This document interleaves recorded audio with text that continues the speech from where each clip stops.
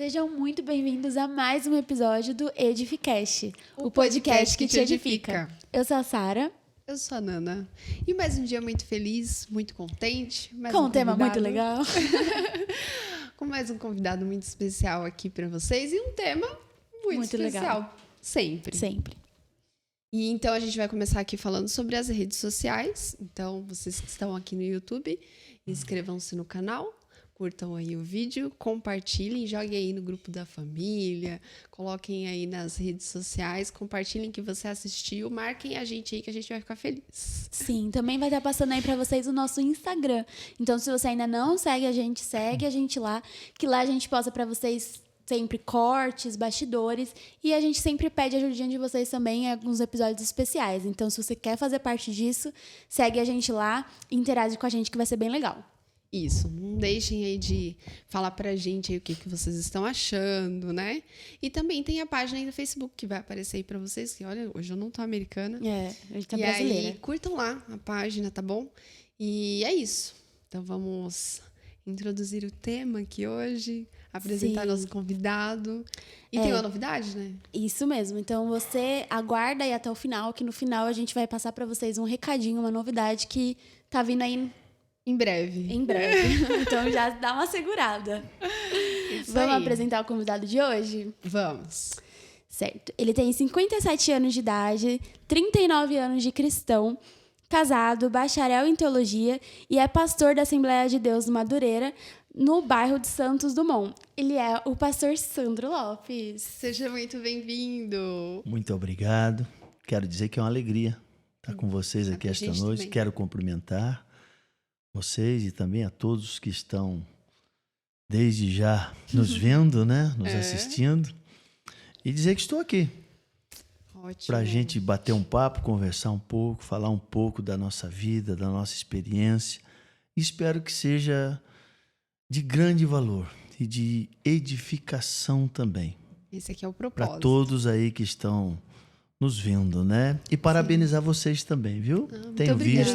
Tenho visto o programa de vocês, já vi alguns, e quero dizer que está muito bom. E vai chegar no nível de excelência. Está quase lá. Assim seja. Glória a Deus. Isso aí. Nós que agradecemos por você ter topado aí esse convite, né? Estamos honradas aqui com a sua presença. E a gente vai falar hoje, gente, sobre fé. Sobre milagres, sobre as experiências que o pastor teve, né? Um pastor que tem aí um bom conhecimento e muita experiência bacana aqui para dividir de um tempo difícil e não tão distante, né? Então a gente vai falar um pouquinho sobre isso hoje. Sim, eu espero que eu possa contribuir, até porque nós estamos passando por dias complicados, estamos passando por dias difíceis. É aquilo que Paulo escreve, né? Que os últimos dias serão dias difíceis. Eu acredito piamente que nós estamos entrando nessa fase, tendo em vista que tudo que está acontecendo, estamos vendo, ouvindo, tudo indica aí que a volta do Senhor Jesus, eu acredito que eu posso dizer isto aqui também, sim, né? Com certeza. Ela está patente aos nossos olhos. Os sinais são evidentes disso. Mas, enquanto estamos aqui, vamos conversar. Porque estamos passando por dias complicados, de pessoas com muitas dúvidas, de irmãos com muitas dúvidas, passando por um momento de grandes enfermidades, alguns entrando em profunda depressão. E isso tem nos assustado. Até porque a gente prega a palavra. E durante muito tempo, eu quero até dizer a vocês que durante muito tempo nós tratamos de pessoas com depressão e entrando nesse estágio como se fosse demônios. Sim, verdade. Como se fosse, quantas pessoas, né? Como se fosse demônios simplesmente, quando na verdade são pessoas que têm problemas, né? Sim. Problemas psíquicos, problemas pelas mais variadas ou diversos problemas que enfrentam, o que é próprio do ser humano. Sim. Então vamos conversar um pouquinho acerca disso aqui neste momento. Sim, com certeza. Vai ser incrível, gente. Já sabemos que vai ter bastante coisa aí na frente. Mas aí, pra gente poder introduzir, a gente gosta de sempre... nossa primeira pergunta é pra saber como que o senhor encontrou Jesus, como foi a sua conversão, como que teve esse encontro.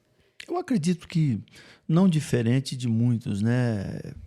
Meus pais mudaram para a cidade de São Paulo no ano de 76, num bairro aqui chamado São Miguel Paulista. E nesta época meus pais já eram evangélicos, frequentavam a Assembleia de Deus Ministério do Belém, Vila Jacuí, ali em São Miguel Paulista. E nesse interim, eu como criança, né? Então meus pais me conduziam, me levavam. E eu me lembro daquela igrejinha azul ainda, não era orquestra, era banda, né? Na Assembleia de Deus naquela época tinha bandas. E eu, inclusive, tinha muita vontade de tocar, eu gostava de ver ali a banda tocando e eu ficava vidrado, então aquilo também chamava muito a minha atenção. E nós ali frequentamos a igreja com os meus pais e quando cheguei na adolescência, né, por volta de 15, 16 anos, e aí eu achava que podia, né? Eu disse aos meus pais, olha, eu não quero, não vou mais para a casa do Senhor, mas também não fiz nada degradante, não parti para um caminho como muitos, né, que se afundaram, e poderíamos aí dizer, na bebida, nas drogas, na própria prostituição. Não, como um garoto, um adolescente da época, eu simplesmente deixei de ir à igreja, mas também não me aprofundei no pecado ou em uma vida degradante. Acho que o temor também fica, sim, né? Sim, é aquilo que a Bíblia diz, né? Ensina o menino no caminho em que ele deve andar, quando crescer não se esquecerá dele. Aconteceu muito comigo. Tanto que eu me lembro até hoje, a minha mãe, eu com 18 anos, ela sempre convidava e dizia, um dia eu vou. E um dia eu estava interessante, eu estava em um salão de baile, por nome de Casarão, ali no bairro de Pirituba, Avenida Mutinga. Por volta de 3:30 da manhã, eu me lembro que eu estava naquele salão de baile e me bateu uma angústia, uma tristeza muito grande. E eu disse, em determinado momento, olhando o cenário, disse, o que é que eu estou fazendo aqui? Justamente por ter esse conhecimento. Você vê que não pertence, né, àquele lugar. Isso, é isso mesmo. Você não pertence, você não é daquele meio. E eu fui para casa. É interessante que naquela madrugada eu cheguei em casa por volta de quase 4 horas da manhã e eu entrei. A minha mãe, né, acredito que eu falei, não quero acordá-la, não quero incomodar. Mas quando eu entrei, eu ouvi uma oração. Dela. E a oração era mais ou menos assim, Senhor, aonde o meu filho estiver, guarda ele. Sim. Uma mãe intercedendo. Eles, quando você resolveu sair, assim, eles reagiram como? Porque é difícil, né? E acontece, né, muito com a juventude hoje. Aí, se aqui, assim, há um tempo atrás, isso já passou a ser uma coisa atraente, que nem tinha tantos atrativos assim, imagine hoje, né? Que na tem verdade, tantos. não havia, né? Já não tinha. A nossa juventude, assim, a minha mocidade é muito diferente. Não tem nada a ver com a geração de hoje, naquilo que tange ao que eles têm em mãos. Ofertas, né? As ofertas que eles têm disponíveis. Na verdade, a gente era aquela coisa bem... É uma tentativa de rebeldia. Mais ou menos por aí, né? Mas você não tinha atrativos. Era aquela coisa do salãozinho, da casa, dos bailes de família, né? Das casas de família. Era um tempo mais conservador mesmo. Extremamente conservador, assim, de muito respeito, né? De limites. Então, a gente tinha limites. Mesmo assim, é claro que nenhum pai, nenhuma mãe cria o seu filho, principalmente quando ele serve a Deus, para vê-los fora da casa do Senhor. Sim. Entristece muito, né? E o certo é que encontrei minha mãe orando. E um dia ela me convidou, disse, vamos, filho, tem um congresso de jovens. E eu disse, eu vou. E eu subi, Igreja Assembleia de Deus, Ministério do Belém, Rua General Lauro Cavalcante de Faria 617. Olha que memória! Olha que o endereço é grande. E ainda lembrar. Olha que eu não posso falar de memória. Era uma congregação da Lapa e hoje virou um setor do Belém, né? Então foi ali onde eu entrei. Me lembro até hoje, subi para a galeria. Saudoso pastor que dirigia aquela igreja, Luiz Celari. E eu me lembro que alguém pregou, não me lembro quem, mas escondido na galeria da igreja, lá em cima, no último banco. E eu me lembro que eu chorei muito. E quando o pregador fez o apelo, eu desci. Quando me vi, estava lá embaixo, chorando, derramando muita lágrima e aceitando Jesus. Me lembro que eu estava com um maço de cigarro no bolso. A primeira coisa que fiz quando saí da igreja, peguei aquele maço de cigarro, joguei no lixo, literalmente. E havia uma coisa muito gostosa, porque a juventude da igreja me abraçou. Então, assim, na segunda-feira já estavam na minha casa, na terça, na quarta, assim foi a semana toda. Até nisso acho que mudou um pouco hoje, né? Havia aquele calor humano, aquela dedicação por parte dos jovens em não querer perder ou abraçar aquele jovem que estava chegando na igreja. E, na verdade, Jesus me conquistou, mas eles tiveram uma participação muito ativa para que eu me firmasse na casa do Senhor. O começo é difícil, né? Muito Ainda mais complicado. Vindo do mundo, você muito tem que complicado. ter algumas pessoas para te ajudar ali, né? Sim. Então era uma sensação assim que talvez eu nunca havia sentido antes. Porque quando o Espírito Santo te alcança, quando você não abraça Jesus, porque eu acredito que é Ele que te abraça, né? Não fostes vós que escolhestes a mim, mas eu vos escolhi a vós. Então isso marcou muito, tanto que eu estou firme até hoje por conta talvez desse começo em que eu tenha tido, que foi muito impactante para a minha vida, literalmente. Ali o senhor já teve algum dom? Recebeu algum dom? Então, no mundo eu tocava um instrumento, um violão, né? Então, quando eu fui para a igreja, eu vi aquele grupo e eu achei lindo, interessante. Eu disse, eu quero isso para a minha vida. Então, tempos depois, é claro, né?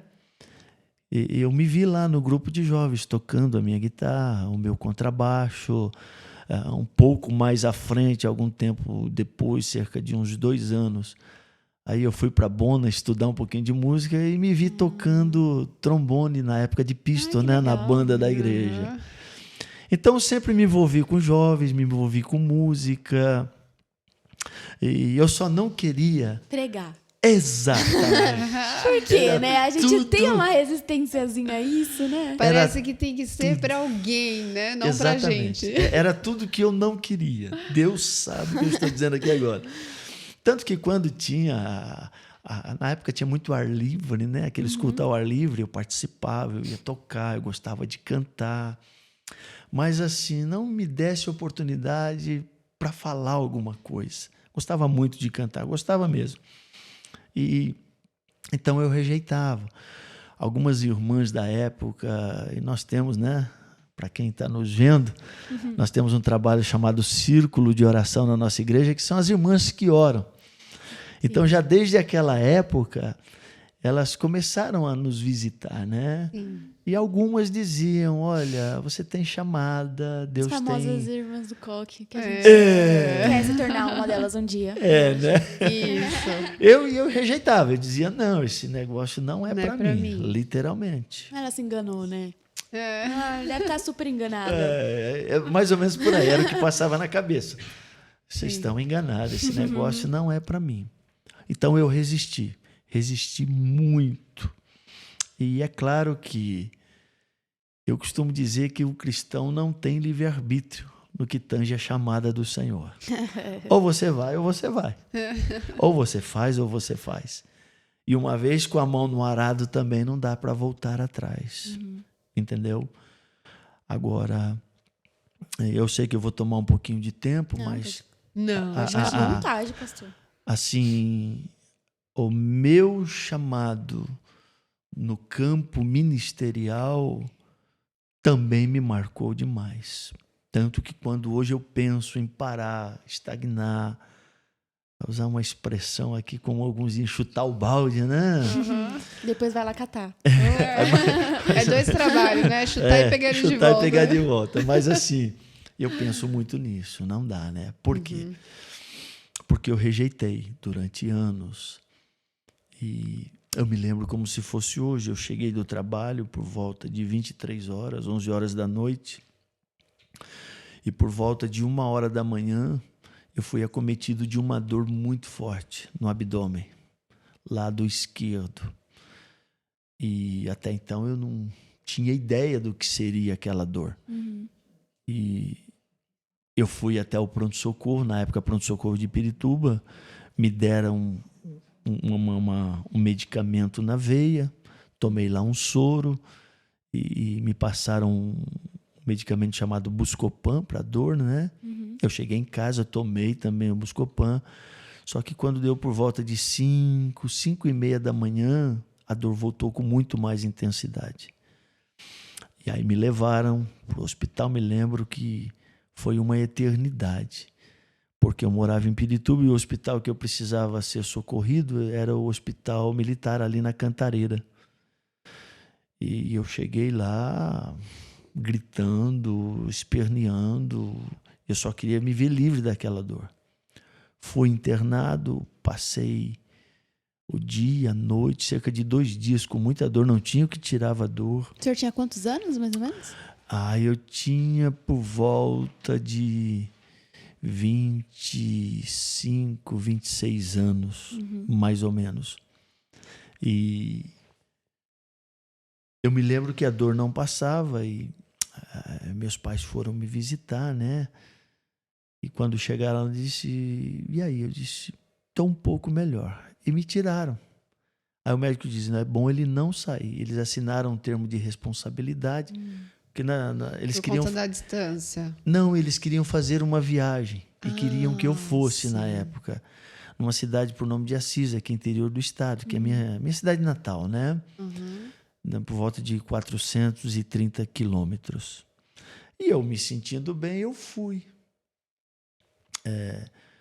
Chegamos lá na sexta-feira, eu medicado, disse, estou bem, né? O efeito ali, né, do remédio. Mais ou menos por aí.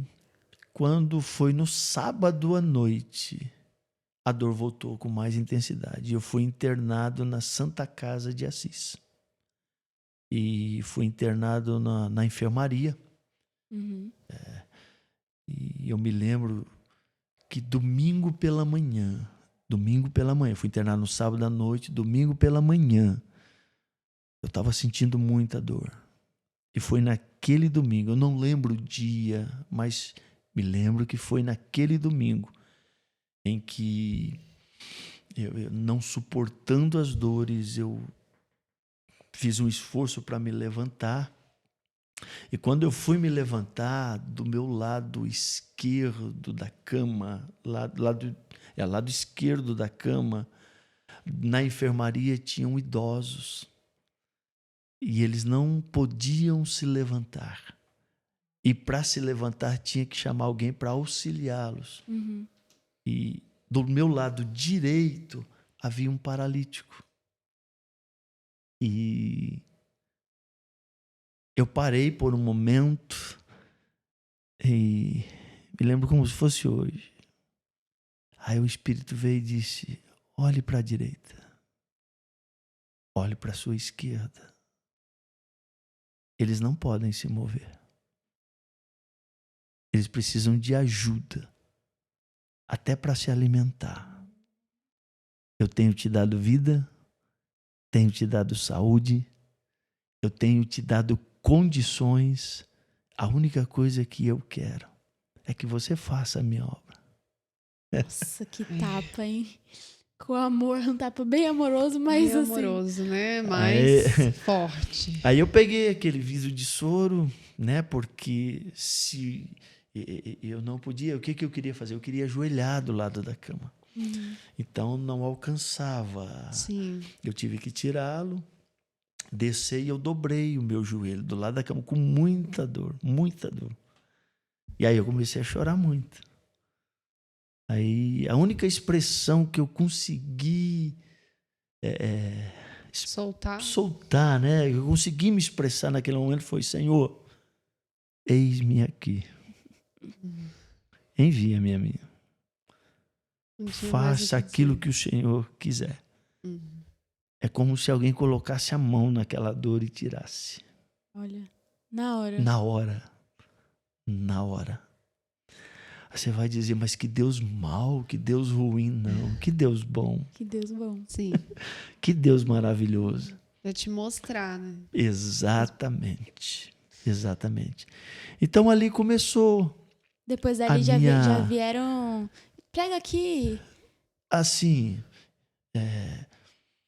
nessa época eu estava congregando numa igreja, num bairro lá de Pirituba, chamado Parque São Domingos. Saudoso pastor Gilvan. Eu me lembro como se fosse hoje também. Pastor Gilvan, num domingo à noite, eu estava lá com a minha guitarra, né? Ali, e ele olhou do lado assim e disse: hoje nós vamos ouvir uma palavra com o irmão Sandro.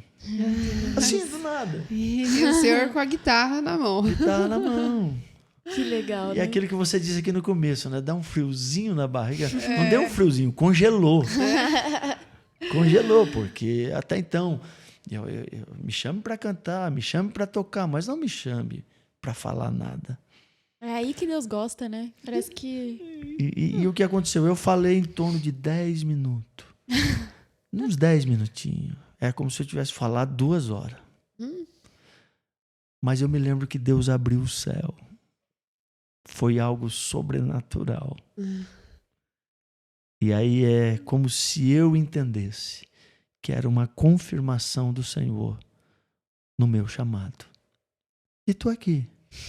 Aquela coisa de se dispor, né? Quase 40 anos após essa experiência com o Senhor, nós estamos aqui hoje conversando com vocês. Que Deus é bonito. Então nós congregamos 12 anos em uma mesma congregação. Depois de 12 anos, um pastor olhou para mim e disse: vou te separar, cooperador. Fui para Suzano, cooperei com o saudoso pastor Alberto Rezende, e ficamos ali pelo menos 5 anos, nos levando ao presbitério e a evangelista, ao ministério, né? Depois congregamos 5 anos aqui também, no Belém, pastor Wellington Júnior. E depois, aprove Deus, hoje nós estamos aqui, né, com o pastor Clementino de Oliveira Barbosa, Ministério de Madureira, pastoreando a igreja ali do bairro Santos Dumont. Você já queria ser pastor, não? Depois que aconteceu esse episódio, veio... Assim, a Bíblia diz, Paulo diz que quem deseja o episcopado, excelente obra deseja, né? Só que não de qualquer forma. Então, assim, a gente já tinha, através dessas experiências, de alguma forma, Deus estava nos preparando, né? Sim. Deus estava nos ensinando. Então, nasceu o desejo. Aí eu não vou negar, nasceu o desejo do episcopado, né? Nasceu o desejo de ser um pastor, nasceu o desejo de ser um pregador. Tanto que nesse inteirinho eu fiquei praticamente 5 anos sendo itinerante, um pregador itinerante, onde nós viajamos um pouco, conhecemos alguns estados, conhecemos ministérios diferenciados. E nós tivemos uma experiência muito grande nessa área também. Para mim foi bom, porque abriu um leque, né? Sim, tem uma preparação, né? Abriu um leque. O senhor não só chama, né? Ele prepara. Prepara. Aí fomos fazer a faculdade teológica, né? Para nos prepararmos um pouco mais também dentro da palavra. E o certo é que até aqui Deus tem nos guardado e nos aprovado. Passei por dificuldades, assim, não dá para você enumerar. Experiências 1000, tanto experiências no sentido de grandes bênçãos, como também de grande sofrimento, de perdas, de momentos em que você não gostaria de estar nesse mundo, entendeu? Mas eu acho que faz parte do ministério, né? Faz parte da nossa vida com Deus. Nos faz crescer, né, também. Muito. Alguns diziam, e hoje eu entendo isso, que o deserto, o vale, é claro que no sentido de sofrimento, né? Uhum. De você usar aí uma figura de linguagem, o deserto, o vale, o vento, a tempestade. Então, tudo isso fala de sofrimento. E é nesses momentos que Deus te forja. É nesses momentos que Deus... É o molde. Né? Te molda, exatamente. Até porque, para você viver o que vem ainda pela frente, Deus sabe. Nós não sabemos, Deus sabe. Uhum. Mas, de alguma forma, Ele te dá um alicerce, Ele te dá base. Sim. Ele te dá o fundamento, né? Senão você não aguenta. Sim, com certeza. Senão você não aguenta. Verdade. E, pastor, para a gente poder adentrar na questão do tema mesmo, né? De fé, de milagres, enfim. Sim. Eu queria que o senhor falasse o que a Bíblia ela fala a respeito da fé. Porque tem muitas pessoas que acreditam que a fé ela é o fato de você ter pensamento positivo que aquilo vai acontecer. Biblicamente, meio que uma coisa meio mística, né? É que o brasileiro é isso, né? O brasileiro O brasileiro é isso. O brasileiro, ele parte muito para esse lado do sincretismo religioso, né? Místico. Como a gente vê fé, café e cafuné. Entra num negócio assim, tipo... Como se, tudo na mesma caneca. Como se fosse uma coisa muito superficial, sim, né? Exatamente. É interessante que nós temos aí a fé que chamamos de a fé natural, que qualquer ser humano tem. Uhum. Né? Qualquer ser humano, ele acredita, ou todo ser humano, ele acredita em alguma coisa. Nem que seja num trevo de 4 folhas, numa ferradura pendurada atrás da porta, num pé de coelho no bolso. O fato de ter a moedinha número 1, né? Isso não é do tempo de vocês, mas quando eu li o gibizinho lá do tio Patinhas, né? Ele tinha a moedinha número 1. Então, de alguma forma, ele traz consigo isso, né? Sexta-feira 13, não passar debaixo de escada, o gato preto. Muita coisa que vai alimentando essa superstição, né? Entendeu? Então, assim, supersticioso, infelizmente...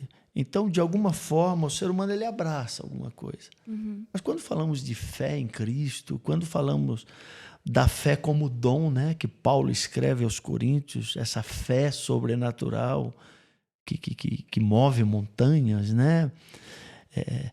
Essa é uma fé que você tem que alimentar 24 horas por dia.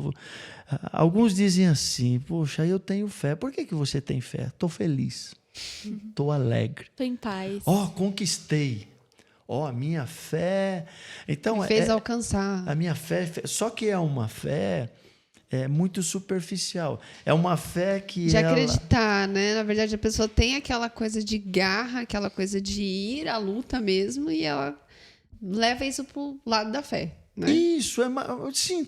Mas é assim, é aquela fé que a pessoa tem de acordo com o que ela sente. É de acordo com o seu emocional. Nossa, sim. Uhum. É de acordo com aquilo que ela vê e diz, poxa, legal. Então, acordei bem. Estou cheio de fé. Hoje eu não estou legal, estou sem fé nenhuma. E fé, não, eu costumo dizer que fé ela não pode andar de acordo com aquilo que você sente.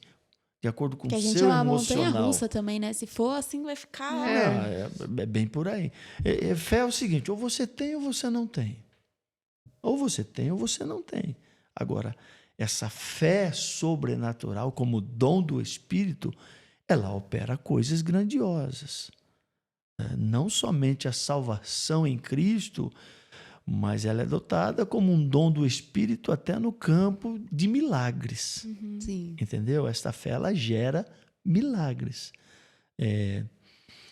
E se você analisar por esse lado, eu acredito que quem nos dá um embasamento maior na fé cristã, na fé em Cristo, é o escritor aos Hebreus, né?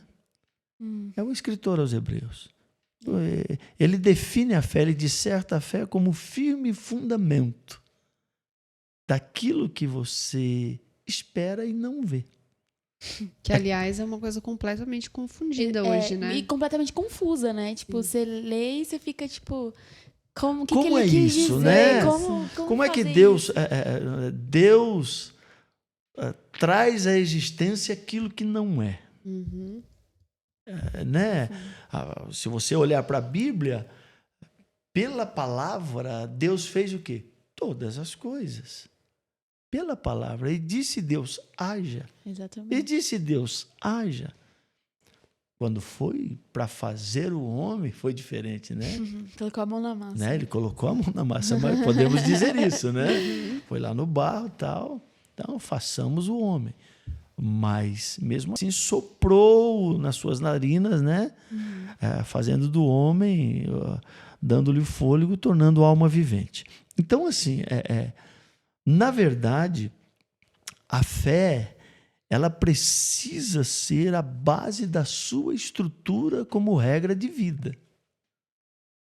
Por quê? Porque é através dela que Deus vai te dar condições, inclusive de alcançar, eu vou usar essa expressão aqui, o céu. Você já viu Jesus?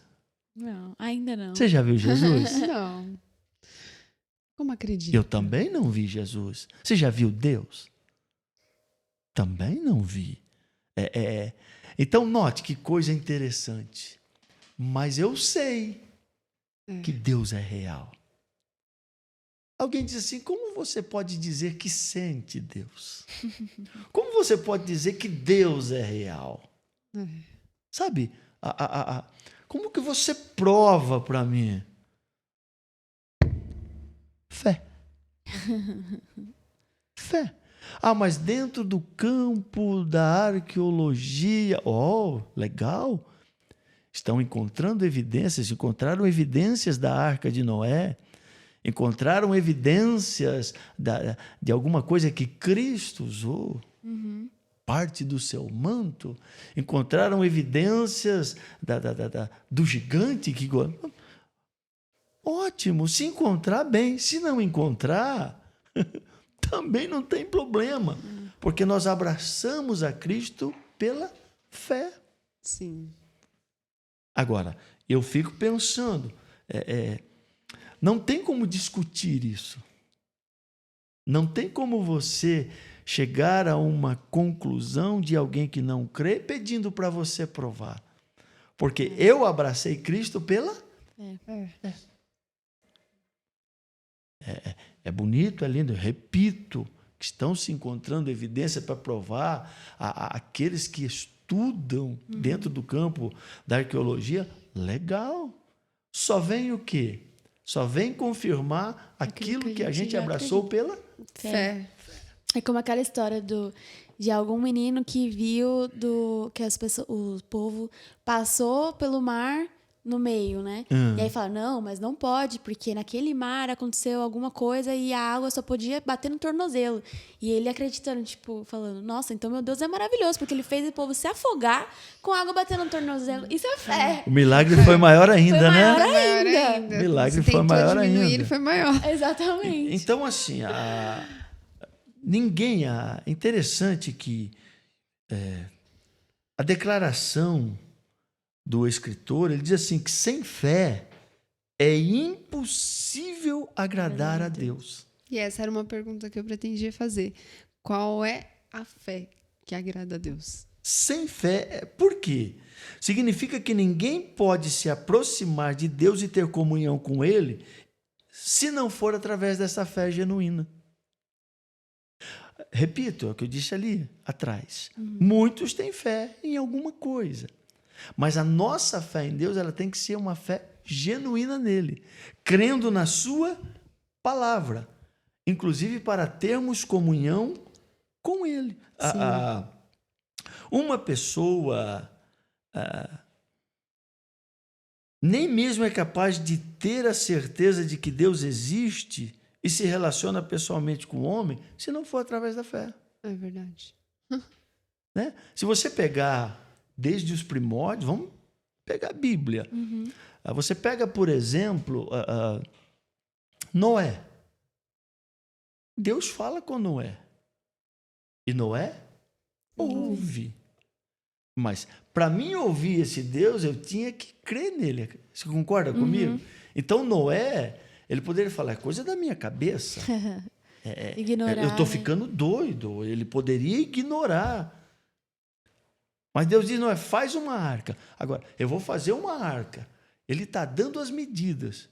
Olha o tamanho desse transatlântico. Vai cair água do céu, né? Tipo, entendeu? Então, assim, segundo alguns, naquela época nem chuva nem via. chuva tinha. Então, assim, como que você vai...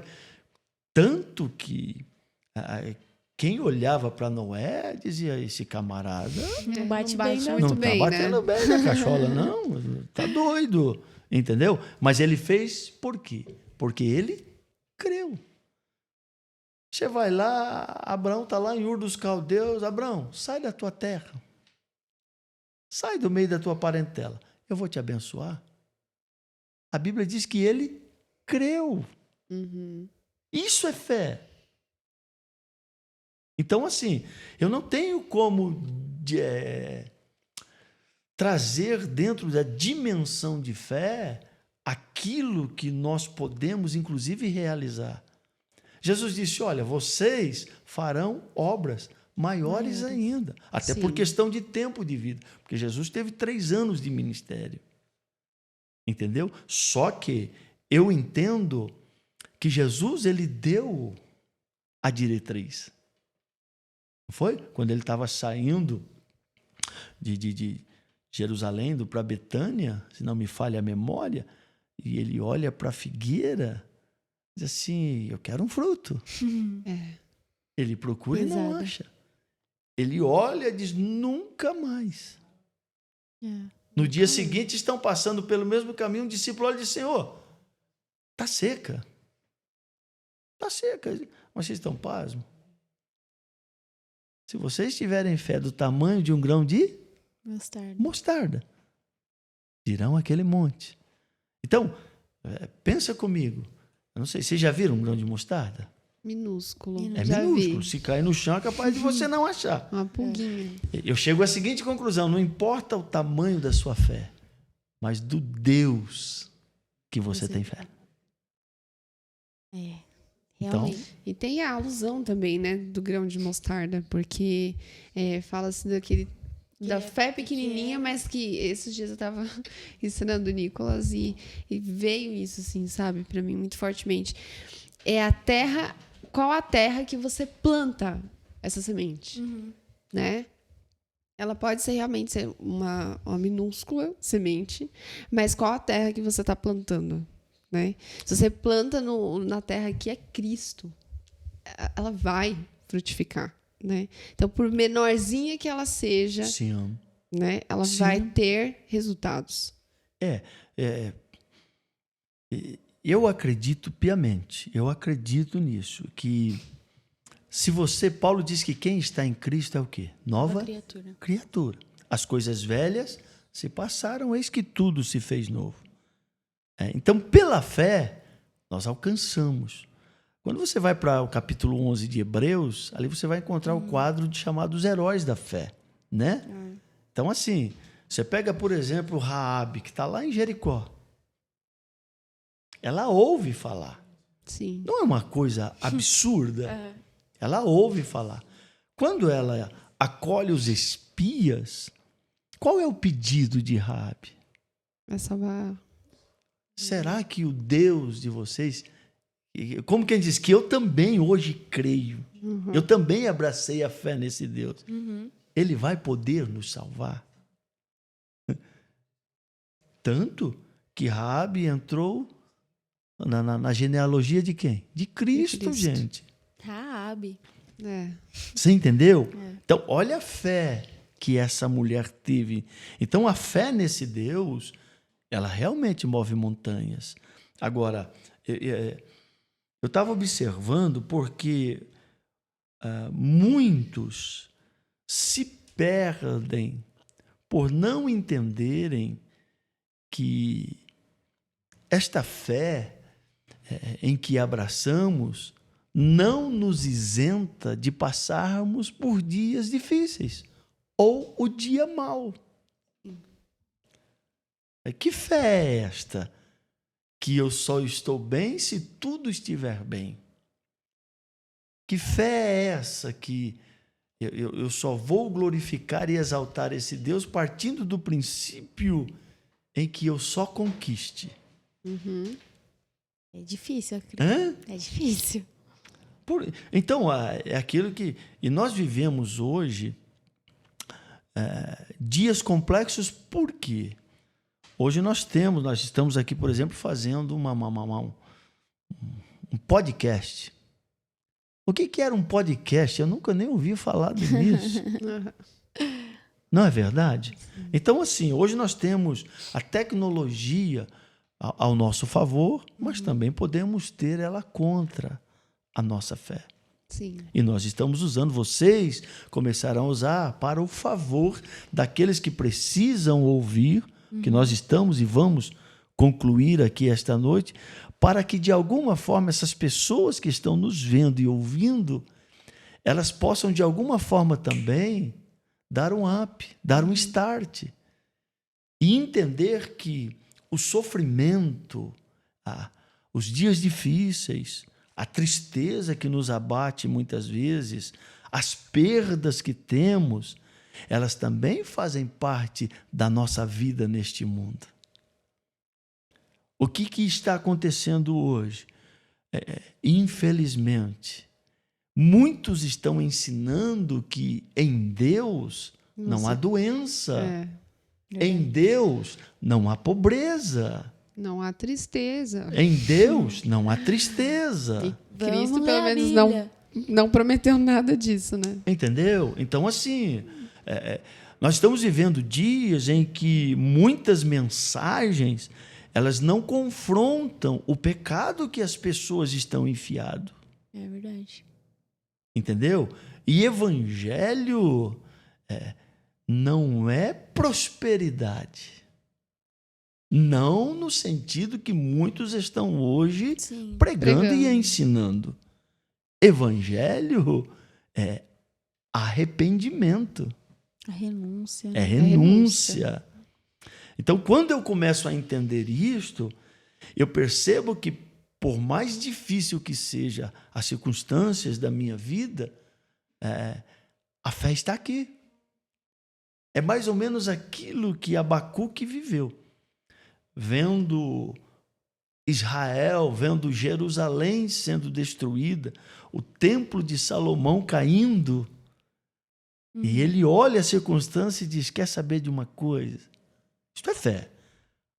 Ainda que não haja vaca nos currais, ainda que o produto da oliveira minta, ainda que a terra não dê o seu fruto, ou seja, pode acontecer tudo de pior, todavia, eu me alegrarei no Senhor. Mas como Sadraque, Mesaque e Abednego, né? Tipo, ele vai livrar, mas se ele não livrar... Amém. Bem por aí.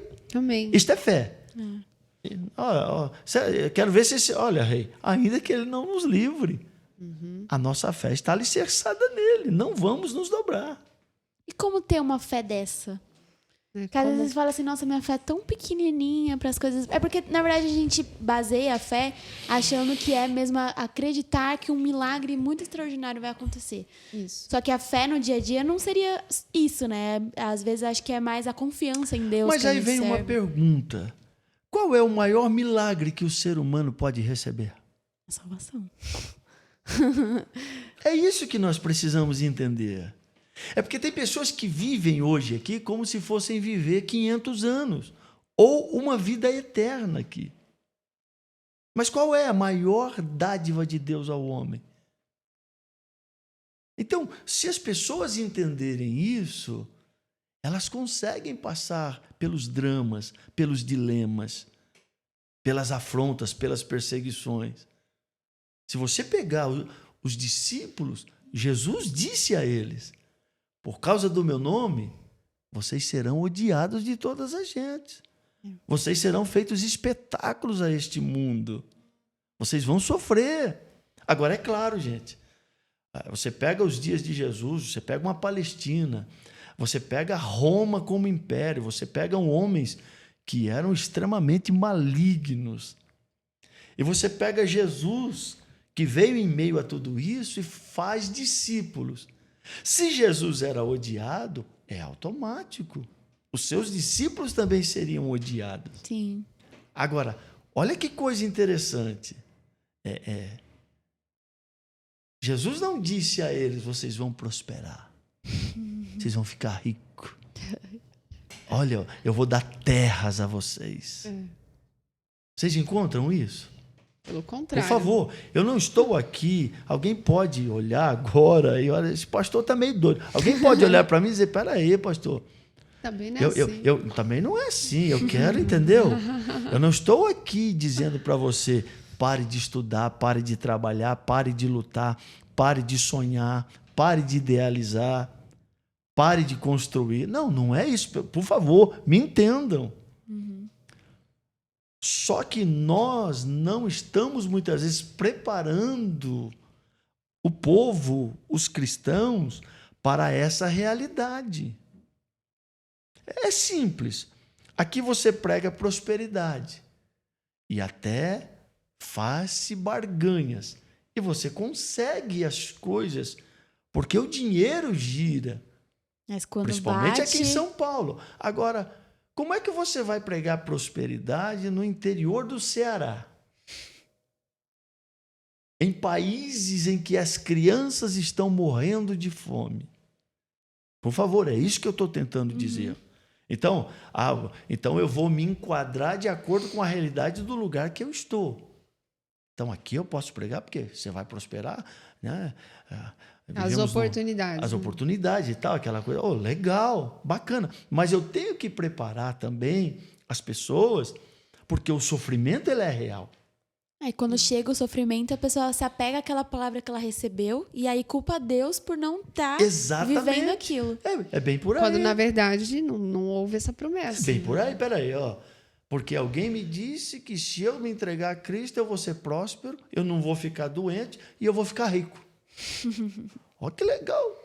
Ganhei na Mega Sena, sem jogar. Gente, por favor, perdoe-me aqui o meu vocabulário, a minha expressão agora, mas é o que alguns pensam. Pensam que Jesus é isso aqui, ó. Achei a garrafa do gênio de Aladim. Você tem direito a 3 pedidos. Então, assim, desculpem a minha franqueza e sinceridade, porque eu estou embasado, inclusive, naquilo que eu tenho como experiência. Por quê? Porque Jesus disse assim, olha, vocês vão sofrer, vocês vão ser perseguidos. Muitos de vocês serão entregues a governos e eles sentenciarão vocês à morte. Agora, eu pergunto para vocês aqui, os discípulos se desviaram por causa disso? Saíram da presença do Senhor? Ao contrário, entregaram as suas vidas, mas com uma convicção. Esta obra não pode parar. E segundo, é aquilo que Jesus disse a eles. Vocês estão felizes porque expulsaram demônios? Curaram enfermos? Alegrai-vos antes, porque o vosso nome está escrito no livro da vida. É bem mais do que isso, né? Do que a gente pensa. Pega Estevão, Nossa. um diácono, pregando, almas aceitando a Cristo. No auge, talvez, do seu ministério como pregador. Alguém olha para ele, o prende, o julga, e qual foi a condenação? Pregar Cristo. Leva para a praça pública, apedrejam. Só que quando ele está sendo apedrejado, aí alguém vai dizer, mas poxa, Jesus não poderia ter evitado? Jesus não poderia ter livrado? Poxa, o moço, no auge, ganhando almas para Cristo. Por que Jesus permitiu? Mas a Bíblia diz o quê? Que ele olha para cima e vê o quê? O céu Aberto. E ver o Filho do homem à direita do Pai. Você quer vitória maior do que essa? Então, é isso que, já que nós estamos falando de fé, então a fé é isso. Não importa se eu vou estar de carro zero, não importa se eu vou estar no ponto esperando o ônibus. E Paulo fala também, né? Se é só para essa vida que a gente espera. Não, Paulo chega a dizer, se eu esperar em Deus, somente nesta vida, miserável homem que sou. É isso que nos dá esperança, né? Saber que, independente de como, óbvio, a gente vai fazer o melhor que a gente puder nessa terra. Até porque mas sabemos que não é pra cá que nós somos. Nós não fomos aqui, feitos, né, pra isso, né? Sabe? Então, assim, eu louvo a Deus porque fé é isso. Então, como é que você agrada a Deus? Se aproximando dele através da fé. E sobre essa questão da fé como um dom. A gente teve até um episódio que a gente falou um pouquinho sobre isso.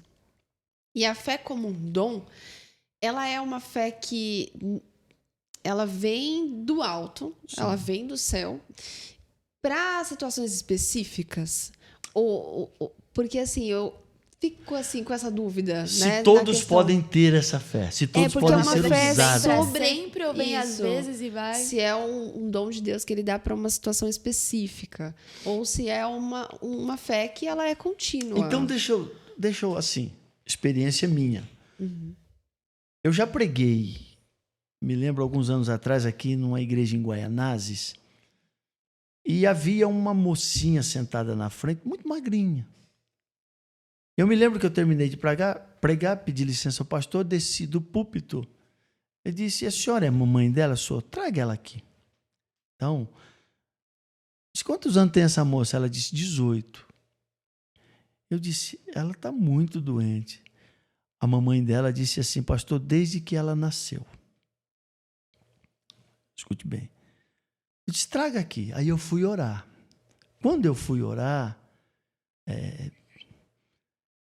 parece-me estranho, alguém pode não acreditar, mas você sente quando há uma obra feita pelo inimigo na vida de alguém. E eu senti naquele momento. Então, o que eu fiz? Eu comecei a expulsar a obra do inimigo na vida da moça. Foi quando ela simplesmente soltou algo terrível no chão. Algo escuro, envolto com, inclusive, pelos. Nossa. Estava dentro dela. Ótimo. Eu voltei naquela igreja, tempos depois. A moça estava bem, forte e saudável. Mas espera aí, aquela moça tinha um pastor, ela tinha uma igreja. Com certeza alguém já devia ter orado, ungido ela. Eu não vou conseguir te explicar isso. Mas naquele momento, Deus me deu aquela ousadia e eu entendi. Aqui, também Zona Leste, pro lado de Itaquera. Eu fui orar e vem um moço, um senhor, mancando. Eu olhei para ele e disse, o que foi? Ele disse, não, eu tenho uma perna mais curta que a outra. Eu disse, vem até aqui, meu amigo. Eu orei. E a minha oração foi essa. Eu disse, Senhor, eu não sei se a pequena vai crescer ou se a grande vai encurtar. Mas cura esse homem agora. E ele saiu andando normalmente. Então, eu já tive essas experiências. E se eu fosse começar a falar aqui, a gente vai longe. Só que eu também já orei por alguém e não aconteceu nada. E não aconteceu nada. Acho que esse é o maior medo das pessoas que têm vontade de orar por cura, por milagres. E tem medo disso. Porque aí vem a seguinte pergunta. O dom que Deus te dá. Por exemplo, os dons do Espírito Santo e o dom da fé está inserido nesse contexto também da fé sobrenatural, que opera, inclusive, milagres. Mas quem é que cura? Vamos partir desse princípio. Quem é que cura? É Jesus. Partindo do princípio que ele te use de alguma forma para expulsar, para orar. Ótimo. E se não houver a cura? É porque eu estou sem fé? É porque, de repente, a minha fé foi embora como esse dom?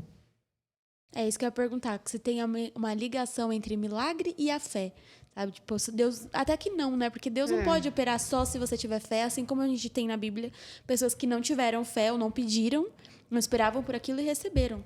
Sim. Cura, receberam eu vi um pregador alguns anos atrás dizendo, se você não tem fé, vem na minha fé. Eu tenho fé por mim e por você. É mais ou menos por aí. Não sei. E se tratando de Deus, eu não duvido que o cidadão possa ter essa ousadia no sentido, se Deus principalmente deu a ele essa visão naquele momento. Mas assim, quando eu vou para a Bíblia, o que é que Jesus dizia? Vai, a tua fé te curou, a tua fé te salvou, a tua fé fez a diferença. Então assim, e aí entra no que nós estamos falando aqui também agora. Quando eu me aproximo do Senhor, é importante que eu me aproxime a Ele com fé. Tá. Mas quem Deus usa, por exemplo, num dom espiritual da profecia, essa pessoa, ela vai ser usada todo dia? Percebe? Então, assim, isto aqui, eu penso que para algo específico, para determinados momentos. E aí você tem que fazer. Você tem que orar, você tem que expulsar, você tem que usar esta fé.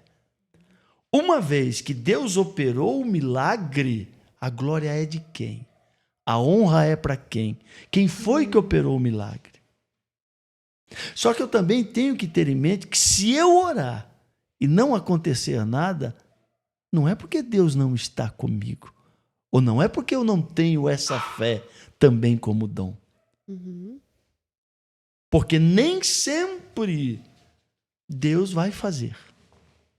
Eu não sei se vocês conseguem entender isto. Existe, uma vez eu ouvi também a respeito da responsabilidade que a gente tem de crer, né? Porque se por um lado nós temos o dom, né, que o Senhor vai dar o dom da fé, nós também temos uma responsabilidade de crer, porque a cada um foi repartido uma medida de fé, né? E aí, para alguns, né, na Bíblia mesmo a gente vai ver alguns casos, igual o Senhor comentou, de a tua fé te curou, né? E a gente também vai ver aquela passagem onde vai acontecer, acho que é com o cego, né? E ele fala assim, o que você quer que eu veja, né? Então, ali, assim, tem uma responsabilidade da gente de crer, né? Porque ele vai falar que a sua fé te salvou. Então, eu acredito que a gente tem que buscar pela fé também, né? Sim, com certeza. E aí é onde que entra, assim, tipo, na minha cabeça. Então, o dom da fé, essa fé sobrenatural, ela vai vir para situações específicas, mas também existe a questão da gente buscar, né? A gente ir até a fé. Exatamente. Ou seja, você precisa crer, né? Quem vai receber. Quem vai receber precisa também crer. Eu também penso dessa forma. Agora, por exemplo, olha que situação. Alguns anos atrás, há muitos anos atrás, uma irmã, uma moça, crescemos juntos na juventude, ela casou e teve um filho com aquela hidrocefalia. Sim. Acredito que é esse mesmo nome, que a cabeça... Sim, água no cérebro. É água no cérebro, né? E foram muitas pessoas orar por aquela criança. E a mensagem era uma só. Foi Deus que te deu. Deus vai curar. Deus vai estabelecer. Olha, fica em paz. É perigoso essas coisas, né? Ela me chamou e eu fui lá.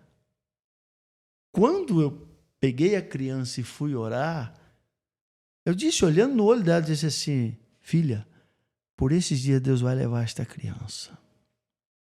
Agora, fique tranquilo, porque eu vejo 2 crianças correndo dentro da tua casa. Acho que 3 dias depois. E ela ficou indignada.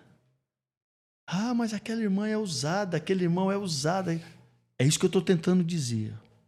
Nem tudo, sempre, né? nem sempre é aquilo que nós queremos.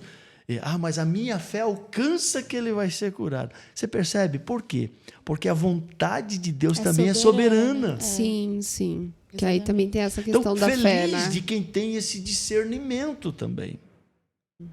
Porque eu não posso também dizer algo para agradar o coração de alguém, uma vez que não é aquilo que Deus tem para aquela pessoa. Então, isso é muito complicado. É uma responsabilidade muito grande. Por quê? Porque aí essa moça vai chegar na seguinte conclusão: mas eu tinha fé para ele ser curado. Se fosse assim, né? A gente que ia mandar nas coisas, né? Eu quero muito isso, Deus faça. Porque Entendeu? eu tenho fé. Então, assim, isso aí é um pouco complexo. Sim. É um pouco complexo, porque na cabeça de alguns, não. É só você pegar essas pessoas que elas não têm parada. Deus está curando lá. Deus está curando lá. Deus está curando. E nunca é curada. E aí? Vai em todos os movimentos, mas ela vai por conta da fé dela. Entendeu? Sem levar em consideração de que tem a vontade de Deus, né? Sim, e tem os extremos também, né? Que tem o fato da pessoa não acreditar, né? Que tem uma passagem na Bíblia mesmo que fala que Jesus foi impedido, não lembro em que lugar, de fazer milagres por conta da incredulidade daquele povo. Que é Oh, meu Deus. Eu não lembro onde que é, mas Cafarnaum. Cafarnaum é a cidade que Jesus mais ficava. E era o povo mais incrédulo que havia na época. Então, assim, por conta da incredulidade também... Então, a gente tem que unir esses pontos. Eu não sei, é um pouco complexo você definir dentro desse contexto, eu tenho fé ou não tenho fé. Porque agora eu já estou falando de cura. Sim. Agora eu já estou falando de ressuscitar um morto. Agora eu já estou falando de você orar para Jesus arrancar um câncer de alguém. Eu já orei por um canceroso que Jesus curou. E eu já orei por um canceroso para Jesus curar e 3 dias depois estava morrendo. Então, é isso que eu preciso entender também. Eu não posso deixar me abalar porque eu não tive fé o suficiente. Então, realmente, o princípio é saber que a vontade de Deus é soberana. É soberana. Você é instrumento. Só que tem que exercer o seu... Só que é isso que eu ia falar. Eu não posso deixar de exercer a minha fé. Sim. Eu tenho que orar. A Bíblia diz, impõe as mãos sobre os enfermos e eles serão curados. Eu tenho que acreditar, então eu vou usar a minha fé. Mas que ótimo. Jesus me usou para orar e curou alguém. De quem é a glória? Para quem é o louvor? É dele. Quem é que tem que aparecer? E o que é que nós vivemos hoje? O cidadão adivinha. Eu vou falar isso aqui, gente. Eu tenho liberdade? Tem, total. O cidadão adivinha o nome de alguém, o RG de alguém. Esse é o cara. Eu não concordo.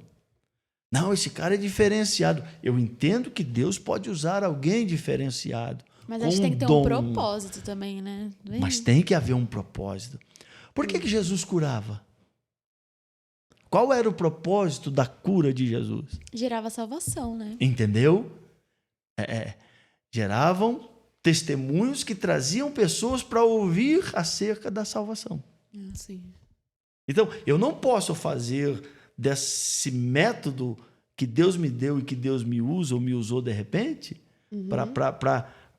para que eu obtenha, inclusive, benefícios acerca disso. Sim. É verdade. Porque é o que se vê, né? Infelizmente. Sim. Infelizmente, a gente vê bastante pessoas tanto usando a fé daquelas pessoas que elas estão em busca de algo. Querem ver? Vocês querem ver o que é uma fé dentro do campo sobrenatural, sem que alguém seja usado para operar, que é um dom também, um dom de maravilhas? Exemplo de Jó. Por quê, pastor? Porque Jó, a Bíblia diz, era o homem mais rico do Oriente. Ou seja, Jó tinha tudo. Tudo. De repente, chegam mensageiros. Jó, seus filhos morreram. Um atrás do outro. Jó, os seus imóveis foram queimados. Jó, seus animais morreram todos. De repente, Jó se vê dentro de um círculo cheio de cinza, com um caco de telha, porque já não tinha mais unha, com o corpo todo porulento, cheio de feridas, de infecções, coçando. Pastor, aonde está a fé? Aonde está a fé? Que fé é essa? É simples.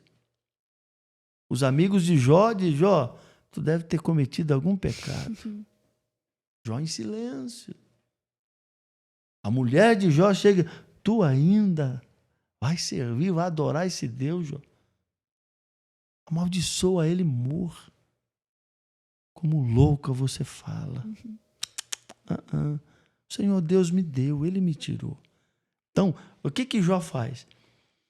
Ele simplesmente usa aquilo que ele tem e que o aproximava de Deus, independentemente das circunstâncias que ele estava vivendo, que era a sua fé. Que está totalmente atrelado à confiança em Deus, né? Exatamente. Porque se você tem fé, você confia. É outra coisa. Essa expressão confiança, eu acho que ela precisava ser, sabe, muito mais falada. Porque quando eu digo que eu tenho confiança, é porque eu tenho fé. Vai mudar. Eu tenho fé. E se não mudar? A fé está aqui. Ela não pode se abalar, né? Deus vai me dar. Eu tenho fé que Deus vai me dar. E se ele não der? Amém. Porque é muito gostoso cantar, né? Se ele fizer, ele é Deus. Se não fizer... Só que nem todos vivem essa fé genuína, embasada na palavra e que tem o seu alicerce nela. Sim. Porque, gente, vamos ser sinceros, quando estamos aqui conversando, quando estamos em um culto na igreja, a gente estamos aqui nesse programa legal, poxa, e que alguém está vendo, está assistindo, até porque está até na sua zona de conforto muitas vezes. Mas e quando a coisa realmente vem? Quando o dia mal chega, né? E quando o dia mal chega? Agora, eu não sei quanto tempo a gente tem ainda. Pode falar. Me ajuda aí, por favor. A gente tem até 5 horas. Pode estar tranquilo. Jesus do céu. Vocês tenham paciência aí. Mas assim, por que eu estou dizendo tudo isso, gente? Vocês são testemunhas. E eu queria entrar um pouquinho aqui, até no que eu passei o ano passado, e eu quero concluir aqui.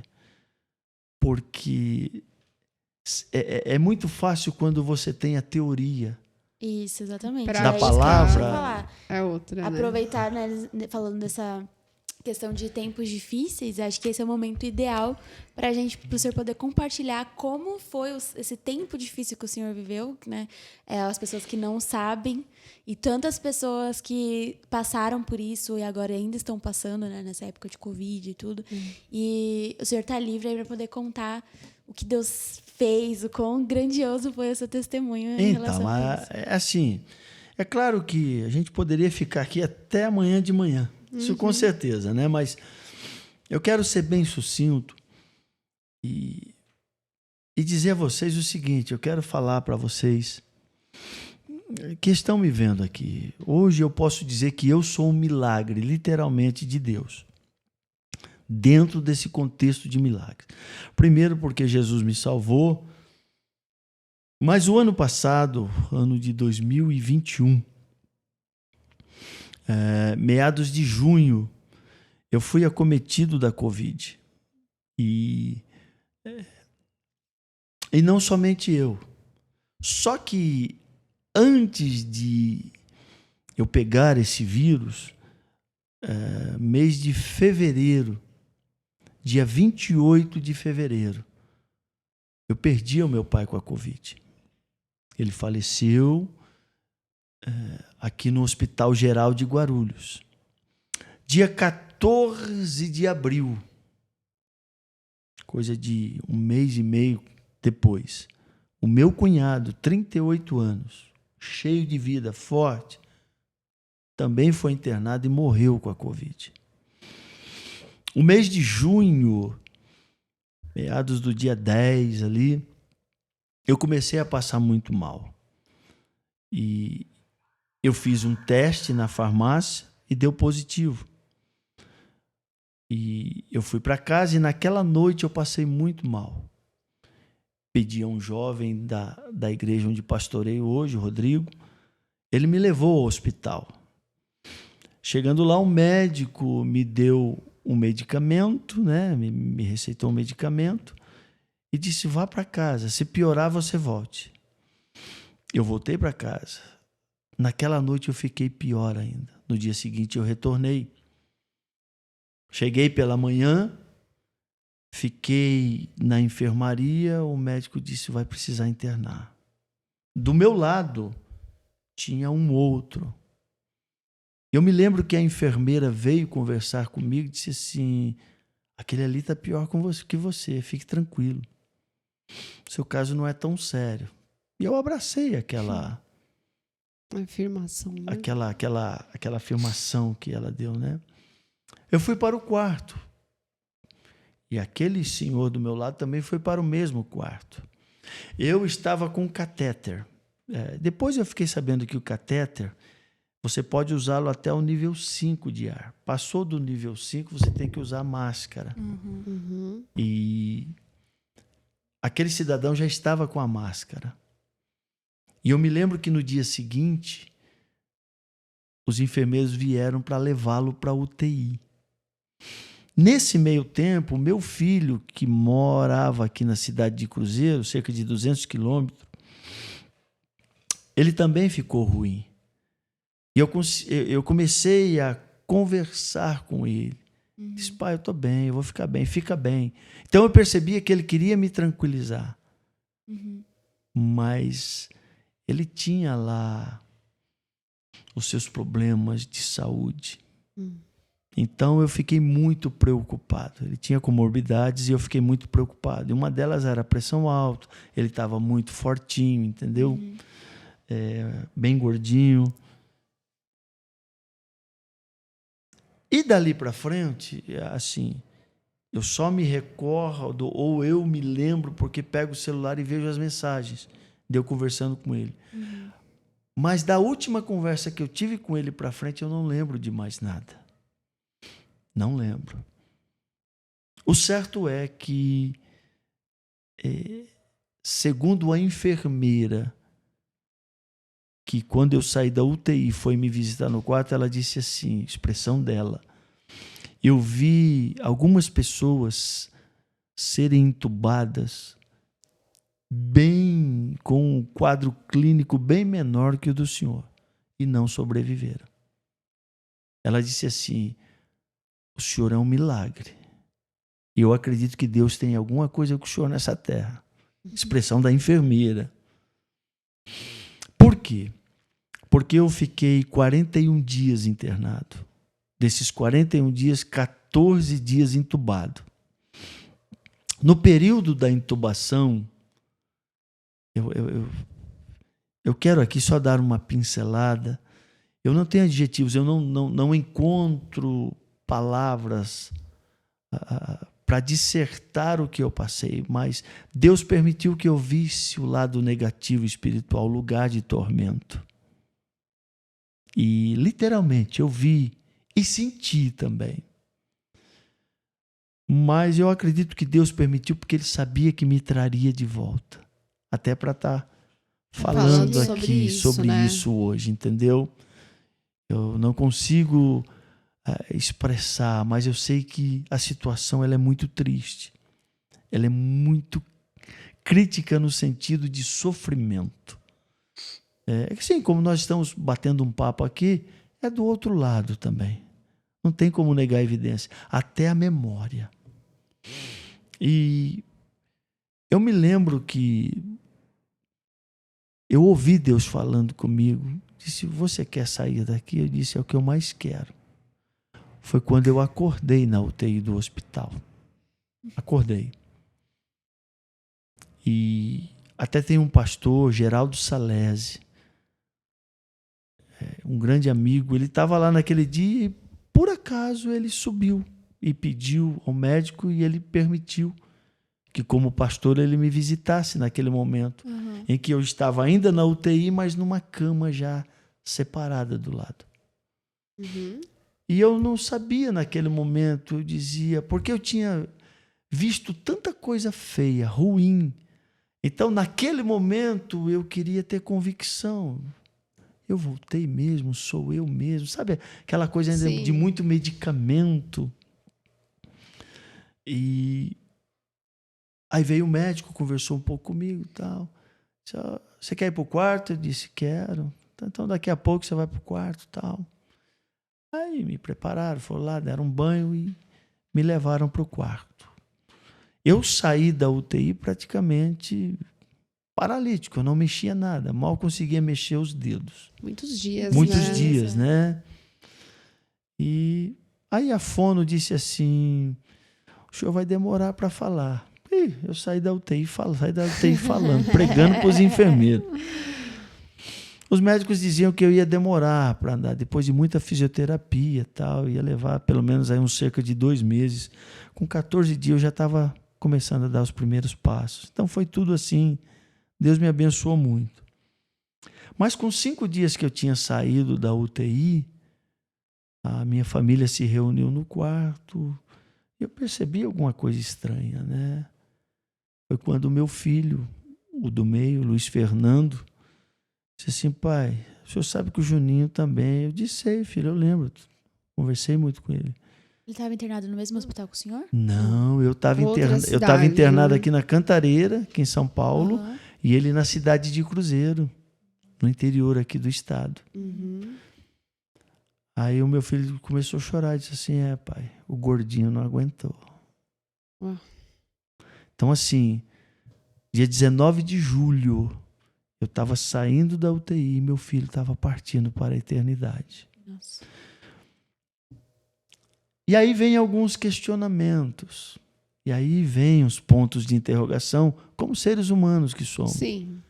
Mas a única coisa que eu disse no momento, eu usei a expressão de Jó. O Senhor me deu, o Senhor Deus me tirou. Mas vem o peso. Situação, né? Vem o peso. E foi caindo a ficha, né? Foi caindo a ficha. E aí bateu uma angústia, bateu uma tristeza, a dor da perda, que é algo imensurável. E eu fui orar. E eu disse ao Senhor, disse, pai, por que o Senhor não me levou e deixou meu filho? Tem o Benjamin aí, Senhor, tem a esposa, a Regiane, meu netinho de 4 aninhos. E a resposta que eu tive de Deus foi esta. Descansa. Ele estava preparado, está ao meu lado. Quanto a você, preciso da tua voz nessa terra ainda. Eu disse, não vou contender com Deus. E por que eu estou dizendo isso? Porque para alguns, o meu ministério tinha acabado. Para alguns, eu não voltaria a pregar a palavra. Para alguns, eu entraria num estágio depressivo, talvez que fosse impossível retornar dele. Então, muitos ficaram preocupados dentro desse contexto. Falando assim, parece simples. Não é. Eu dialogando falando, aqui, falando com vocês que estão nos assistindo, parece simples. Por isso que hoje eu analiso as coisas de uma forma muito mais profunda. Quando alguém me pede um conselho, quando alguém me pede algo ou que quer conversar, que quer se abrir, então eu começo a analisar com mais profundidade as situações. Porque uma coisa é eu falar para você, outra coisa é vivenciar. Então hoje, eu afirmo de cabeça erguida, eu não parei, eu não entrei em depressão, A última coisa que eu penso é em estagnar, parar. Jamais. Eu quero é pregar, eu quero ganhar almas, eu quero pastorear, eu quero cumprir, eu quero concretizar, como Paulo fez, a obra que Deus deu na minha mão. E chegar nos últimos dias dizendo como Paulo também: combati o bom combate, acabei a carreira, guardei a fé. Guardei a fé. Vou repetir, guardei a fé. Que a gente está falando aqui neste momento. Então, assim, eu não me vendo, eu não barganho, eu não troco, eu não dou aquilo que Deus me deu por direito. Não tem negócio. Por isso que alguns, às vezes, hoje não me entendem. Dizem que eu sou muito direto, dizem que eu sou muito franco, ou dizem que eu poderia usar palavras mais leves em determinados momentos. Mas eu cheguei à seguinte conclusão: fé, ou você tem, ou você não tem. Não dá para negociar. É importante o senhor falar isso a respeito do seu testemunho, na questão do Covid, principalmente, porque muitas pessoas perderam pessoas, né, pro queridas, Covid, né? Muito queridas. Eu mesmo perdi um tio que eu amava muito. E minha avó, que eu era muito apegada. E, graças a Deus, eu não me virei contra Deus, né? Apesar de ter passado momentos difíceis, mas eu não me virei contra Deus. Mas tem pessoas que, por conta disso, por conta de tudo isso que vem acontecendo, pelas percas que tiveram, ao invés de manter a fé, né, ali, elas fizeram o oposto e deram as costas para Deus, ou até querem voltar, mas elas não têm força, porque de alguma maneira desestabilizou.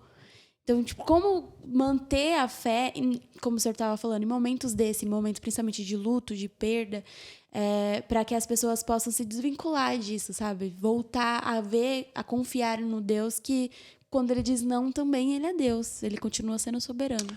Então, e aí eu quero falar com você. Eu acredito que as experiências que temos com o Senhor são elas que nos sustentam embasados na fé que temos nele. E eu vou lhe dizer algo. Agora eu vou olhar para vocês aqui também, porque nós não estamos blindados a ponto disto não acontecer. Exatamente. Eu tenho adolescentes. Estão passando por psicólogos. Eu não sou hipócrita. Uhum. Eu não sou hipócrita. Eu tenho adolescentes. A primeira começou a passar por psicólogos, inclusive hoje está fazendo faculdade de psicologia. É até, né, estranho. Mas aí a pessoa que passou por isso, ela quer tentar ajudar outros, né? Mais ou menos por aí. E eu tenho a menor, que hoje está passando, tem 13 anos.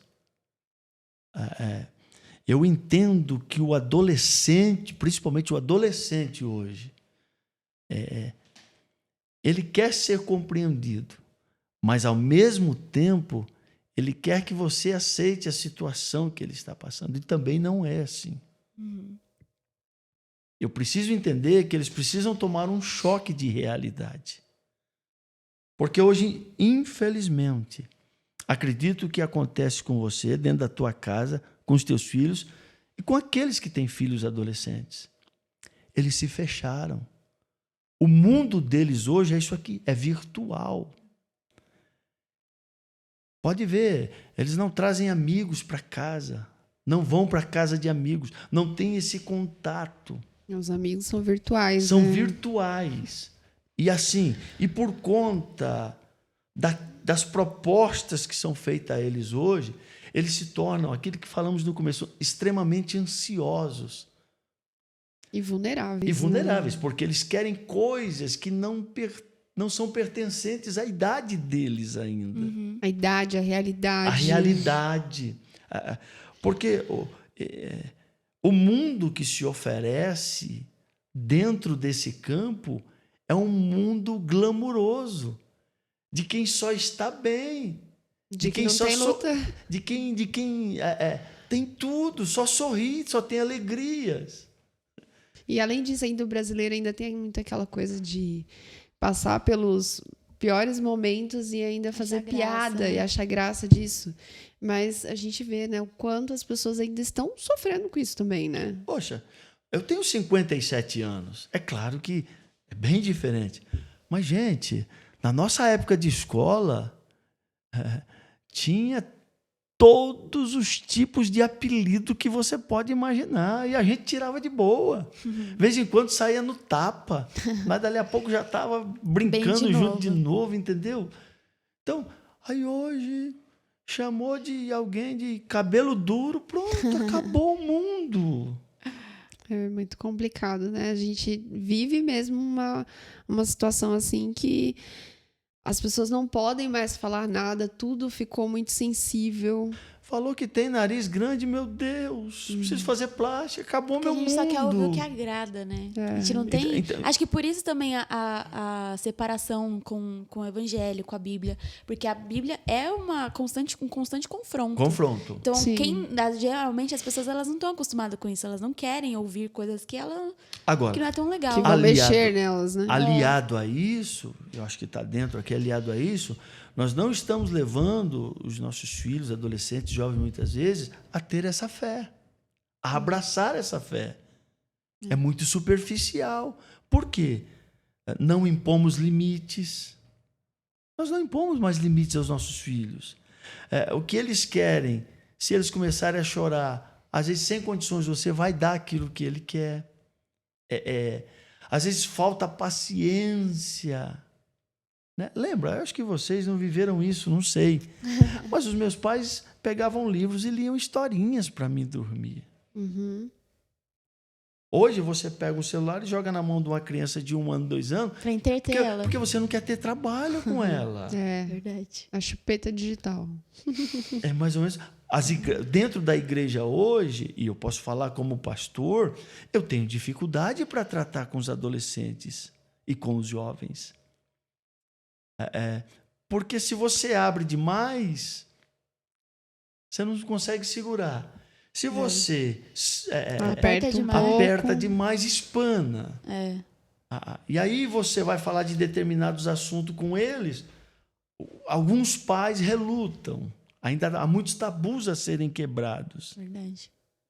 Entendeu? Então você pega hoje... eu não estou dizendo aqui que a gente precisa se embrenhar por um caminho ou ir por um caminho no sentido de trazer uma liberdade aliado à libertinagem. Não é isso. Mas nós podemos trabalhar os nossos adolescentes e jovens de tal forma que eles consigam amar a Jesus e consigam também confrontar os seus erros, os seus pecados. Sim. No sentido de dizer, isso aqui não serve, apesar da minha tenra idade, isso aqui não serve para mim. Gente, eu trouxe uma mensagem. Um dia para adolescentes acerca do pecado. E teve uma hora que eu fui tão objetivo na mensagem, tão taxativo, que causou um impacto. Eu acredito que... disse assim, gente, quem comete pecado, o caminho dele é o inferno. É uma realidade. Não tem terceira alternativa. É a realidade, pessoal. Quem faz isso. Teve uma adolescente que ela grudou na cadeira em prantos e ela não conseguia sair do lugar. Às vezes nem sabe, né? Tipo, não ouve falar disso. Aí quando alguém fala assim diretamente, fala, meu Deus. Impacta, choca. E é uma coisa que não deveria trazer um choque, né? É uma realidade, a Bíblia está ali, você lê, é esse o caminho mesmo. Não era para causar esse impacto todo, mas causa porque as pessoas só ouvem o que agrada agora. Por quê? Porque não estão sendo preparados para essa realidade de sofrimento que estamos vivendo. Então, a realidade, você falou de realidade. Gente, todos têm um celular na mão hoje. Uhum. Hoje tem os chamados youtubers, né? Youtubers. Meu Deus, só Jesus na minha vida. Nada contra, não tenho nada contra. Mas tem alguns que eu também não tenho nada a favor. É mais ou menos por aí. Mas o que é que eles estão ensinando para os nossos jovens, adolescentes? Acho que pior que os youtubers está sendo os tiktokers, viu? Então, e aí é uma coisa que a gente tem que traçar esse paralelo do que o senhor falou, né? Alguns pais, eles criam certas resistências, né, ao que está sendo dito na igreja, mas quando, na verdade, deveria ser dito realmente, porque se não for atingido dentro do ambiente cristão, vai ser atingido lá fora, né? Vai ser atingido de uma comunicação do jeito que o pai talvez não quisesse.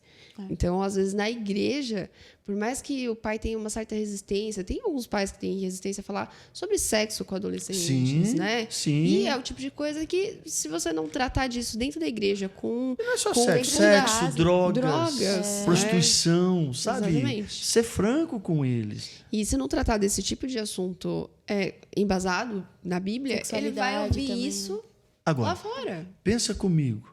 Assim, nós não vamos fugir do assunto, porque a gente quer levar essa galera a ter essa fé genuína em Cristo. Sim. Então, assim, durante a semana, às vezes os pais, eles estão em casa. Ah, não, mas eles já vão no domingo. O que eles vão fazer na semana? Aí alguns líderes não trazem assuntos peculiares, no sentido de até palestras, para que eles... aprendam dentro da própria linguagem deles aquilo que eles precisam realmente refletir. Então, assim, talvez nós precisamos nos preparar mais para dentro desse contexto. Sim. Porque alguém que é criado dentro da igreja, e olha que eu sou lá, meados dos anos 80. Porque ser criado dentro da igreja não significa que essa pessoa, inclusive, tem fé em Jesus. Acredita em vocês ou não. E hoje nós temos os chamados desigrejados. Sabe? Que são pessoas que, infelizmente, entraram por um caminho e é terrível. Por quê? Porque eles estão ensinando que as pessoas não precisam ir à igreja para servir a Deus. São pessoas que foram machucadas por uma igreja. Ou por alguém, não é nem pela igreja, por uma pessoa. Por uma pessoa da igreja e já fala, não quero ir mais, porque meu esquema é só com Deus.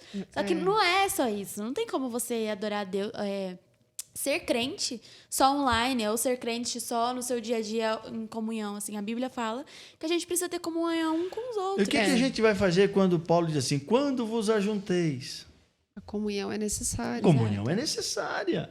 Então, não tem como você ser igreja desligado sozinho do corpo. A gente tem que fortalecer um ao outro, exatamente, né? Exatamente. Então, assim, pessoal, eu penso que são dias difíceis, são dias complicados.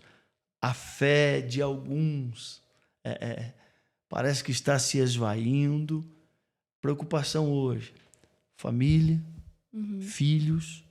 Nós temos um mundo, a Bíblia diz que este mundo caminha para o abismo, jaz no maligno.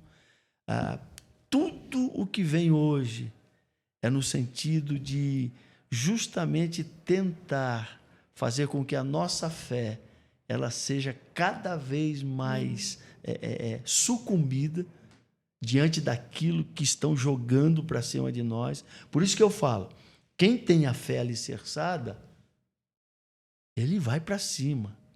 Ele não vai se entregar. Mas a gente tem que forjar. E eu, como pastor, principalmente, tenho que formar. Os líderes têm que fazer com que esta fé elas alcancem as pessoas de tal forma que elas venham entender que o sofrimento também faz parte da vida do cristão. Seja em qualquer área dela. Ela vai trazer a perseverança, né? Exatamente. E a perseverança? Né? Vai gerar fé. Vai gerando. Vai gerando. Gera a experiência, a esperança, né? Então, assim,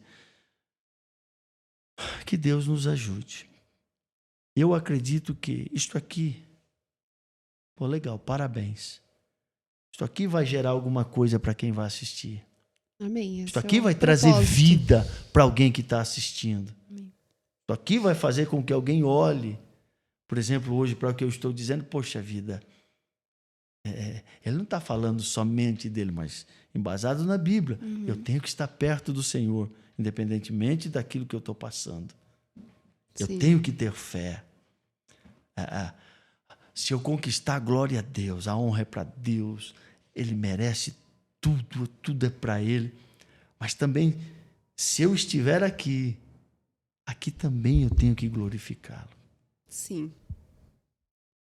E você acha que tem como ter fé tendo dúvida? Não...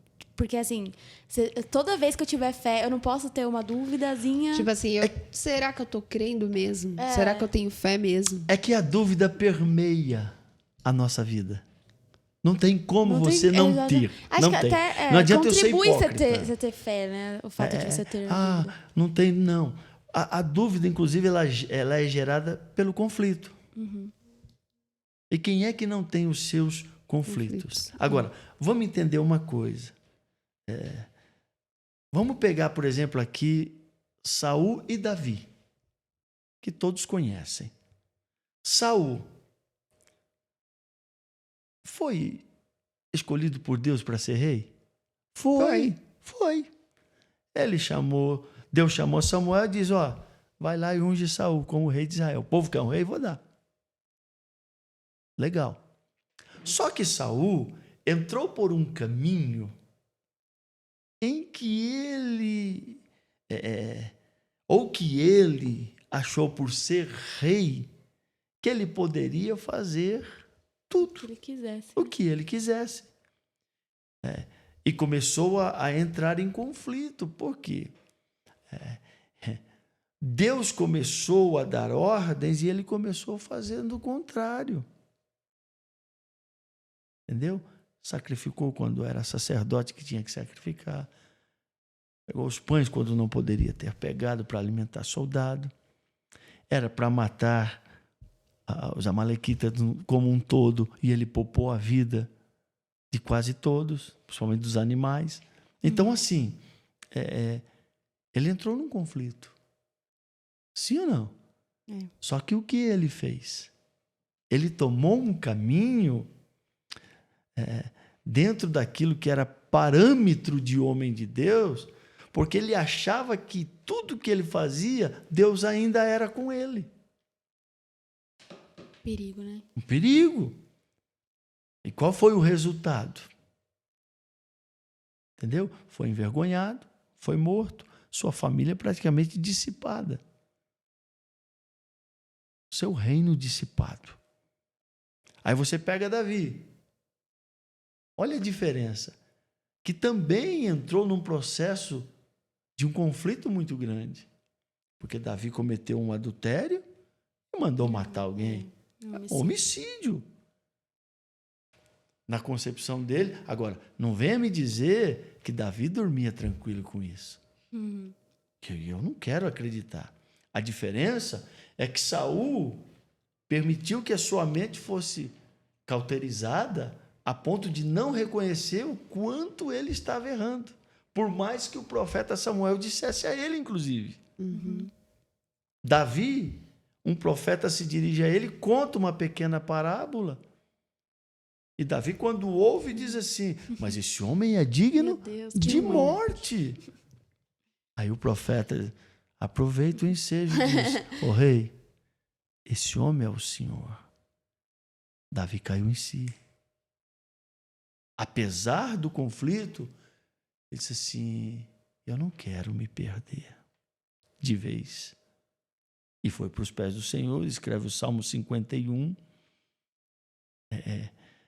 E Deus, de certa forma, pesa com Davi. Por quê? Porque aquilo que ele fez escondido, Deus fez para que todo o reino de Israel visse dentro da casa dele. Traição, morte. Entendeu? Agora, imagine Davi vivendo tudo isso. Você percebe? Você entende onde eu quero chegar? Mesmo vivendo o conflito de um filho que matou, de um filho que deflorou a irmã, de outro filho que matou o irmão, do filho que se levantou contra ele para o trair. Gente, a gente falando aqui Parece algo muito simples. A gente lê, às vezes, e não entende a dimensão. Entendeu? Mas olha a dimensão que se passou disso. ali, né? Agora, eu pergunto para vocês. Davi teve um reino de vitória. Independentemente do seu ato cometido. Mas ele pagou um preço e Davi morreu farto de dias.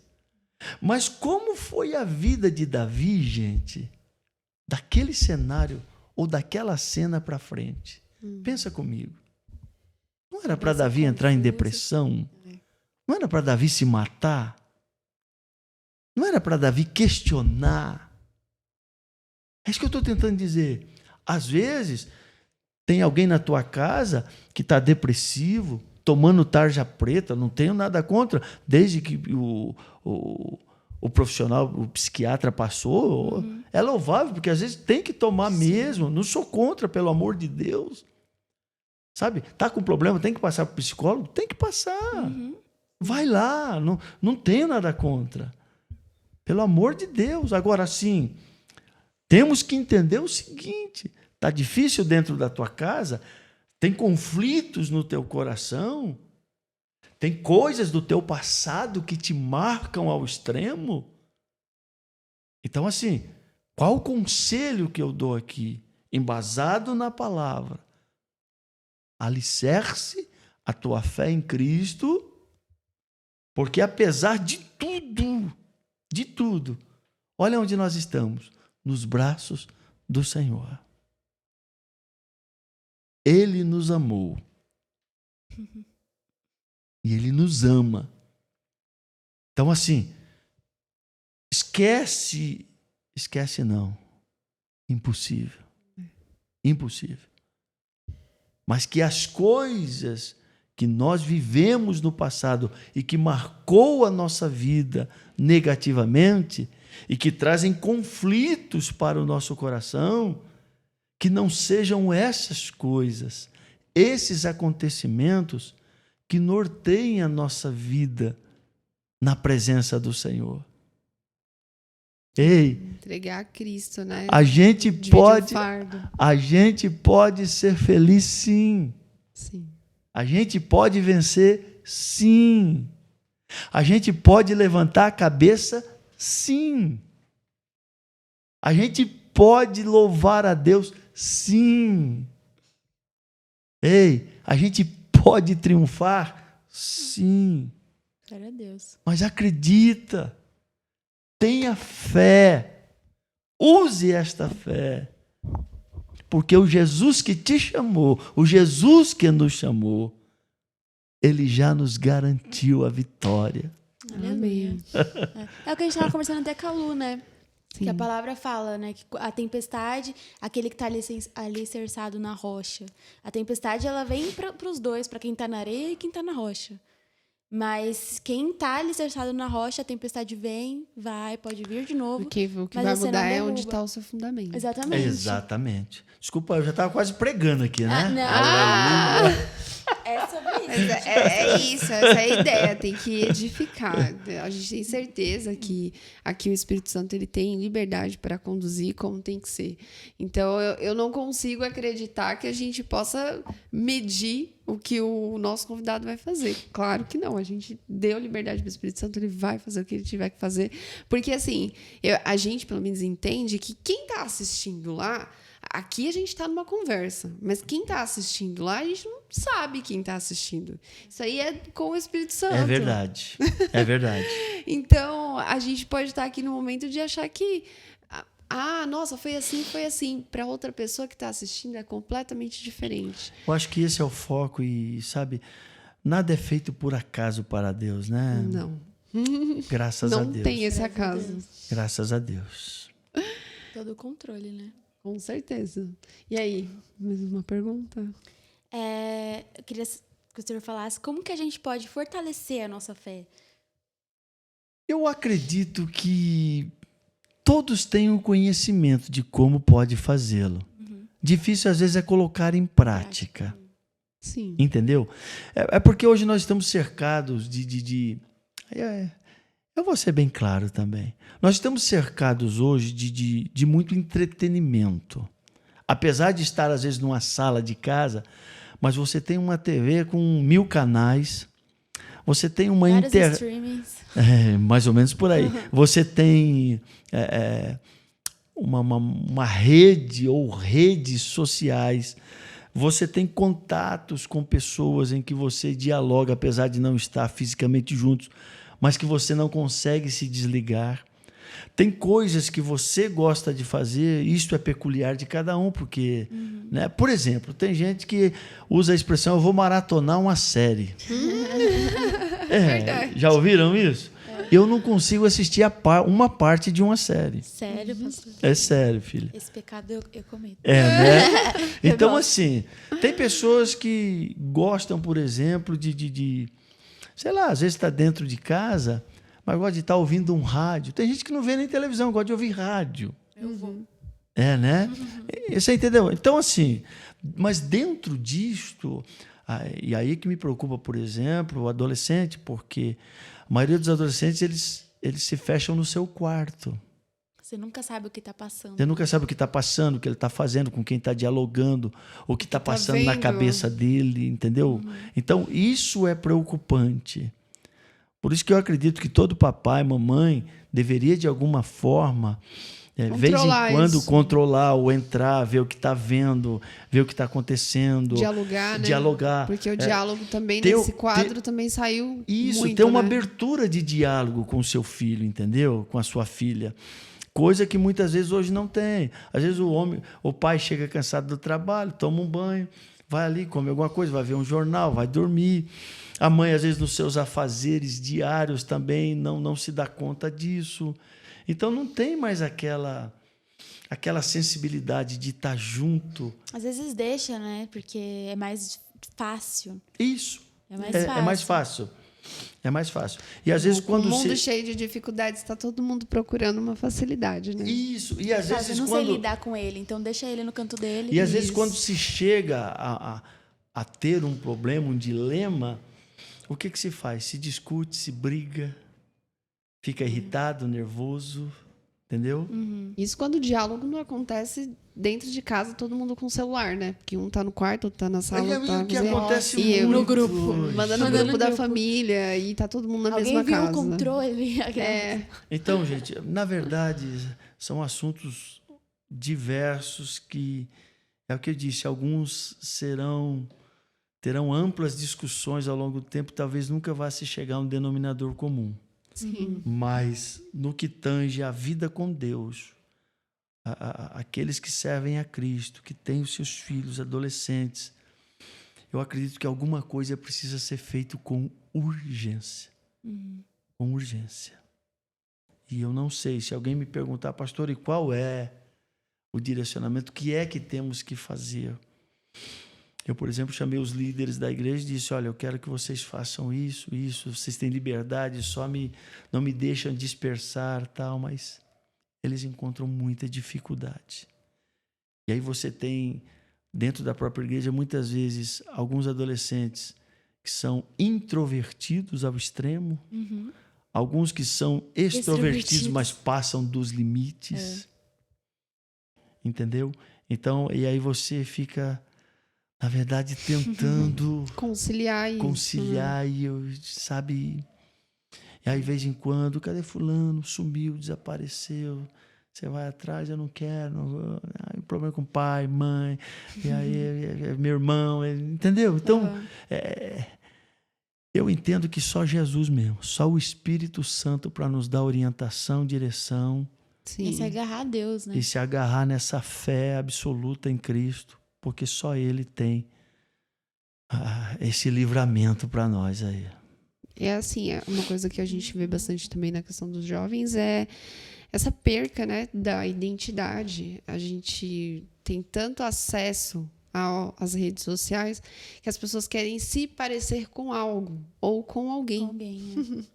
E aí, por conta disso, gera tanto conflito e eles acabam ficando mesmo isolados, né, ali naquele mundinho, e ninguém procura entender, e ninguém procura para abraçar, e ninguém procura para conversar.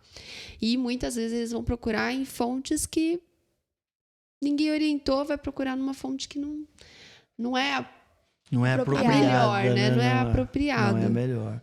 Mas essa é uma realidade também que a gente tem enfrentado, porque, repito, volto ali no que eu falei agora, por não haver mais diálogo dentro de casa. Sim. Por não haver mais compreensão. Uma coisa que o senhor falou sobre entretenimento, para mim, é uma coisa muito importante. Hoje a gente está realmente buscando mais entretenimento do que conhecimento. Né? Fica muito mais simples você ficar passando o dedo ali na tela, vendo. Sim. Quando você vai ver, tudo. Foi 4 horas e você fazendo nada. E nem percebe. Nem percebe.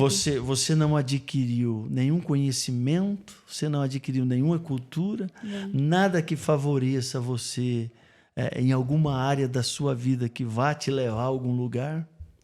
Às vezes só com besteiras. Exatamente. É uma coisa que a gente vê, por exemplo, muito é o meme, né? Todo mundo conhece um. Ou todo mundo conhece o mesmo. Todo mundo consegue falar sobre o mesmo assunto, sobre aquela mesma coisa que está circulando na rede. Né? Você vê nas redes sociais. Mas se pedir para falar um versículo bíblico. Vai sair só o Salmo 23. E olha lá, hein? E olha lá. Então, eu acho que, assim, eu não posso aqui generalizar, né? Sim. Mas precisávamos levar aí essa galera para maratonas bíblicas, discussões bíblicas, de alguma forma trazer eles para um conhecimento bíblico, ainda que de uma forma talvez não muito contundente ou maçante, mas fazerem eles irem chegando, se alimentando, se achegando e tomando gosto. É que a fé vem pelo ouvir a palavra de Deus, né? Então, essa seria uma ótima tática. Tem que se expor a ela, né? Eles, exatamente, aproximar para ouvir a palavra de Deus. E assim, você vai fortalecendo a fé. A fé. É isso aí, minhas queridas. Né? Exato. Com certeza. E então, acho que é isso. A gente fica muito feliz por ter aceitado o nosso convite. Honrado aqui por esse momento que foi muito importante. Tenho certeza que vocês aí saíram muito edificados. Nós a gente também. Fomos muito exatamente, muito edificados. A gente também. A honra foi minha. Tá bom? Ana e Sara. Também ali no cantinho, o Daniel e o Felipe. Eu quero agradecer vocês imensamente. Obrigado pela confiança, pelo carinho, pela receptividade. Que esse trabalho, que eu tenho certeza que não começou no coração de vocês, mas começou no coração de Deus, prospere abundantemente, que cresça de uma forma linda, que vocês alcancem também aquilo que foi proposto no coração de vocês diante de Deus, que Deus dê a vocês condições de aprimorar cada vez mais, viu? O ambiente, que Deus dê condições em todas as áreas, inclusive principalmente financeira, para vocês aí florescerem abundantemente, que vidas sejam alcançadas através deste podcast no sentido de voltarem para Jesus, de se animarem em Cristo novamente, de se converterem ao Evangelho. Então, e deixo aqui para vocês que ficaram conosco até o final, apenas lembrando que Jesus é o caminho, a verdade e a vida. Ninguém vai ao Pai se não for por Ele. E que esta fé, que às vezes você diz que está fraca ou que você perdeu, não faça isso. Deixa Jesus te abraçar, abrace Ele, porque é esta fé nele que inclusive vai te sustentar nesse momento que você está passando de grande dificuldade, que vai te levar além e que inclusive vai te conduzir ao céu. Então, não procure encontrar força naquilo que é visível hoje. Não procure encontrar respaldo para a sua vida naquilo que você possa tocar hoje, mas que você possa olhar para Jesus, que é o autor e consumador da nossa fé.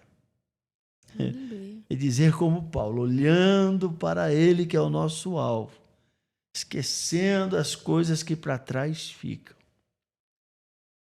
Ah, pastor, mas eu estou aí passando por um momento tão difícil, mas Jesus está com você. Ah, pastor, mas eu estou tão doente. Jesus está com você. Minha família está de ponta cabeça. Jesus está com você. Ah, mas eu estou passando por um processo financeiro muito difícil. Jesus está com você. Ah, mas a minha vida emocional está desestabilizada. Jesus está com você. Ah, mas eu estou querendo tirar minha vida. Tira não. Ah, mas eu estou querendo entregar os pontos. Entrega não. Ah, mas eu estou querendo fazer algo que, sabe, parece que algo está me tocando e que eu não gostaria. Então não faça. Firma a tua fé em Jesus. Firma os teus passos, a tua vida na palavra do Senhor. E deixa eu dizer uma coisa, eu encerro aqui.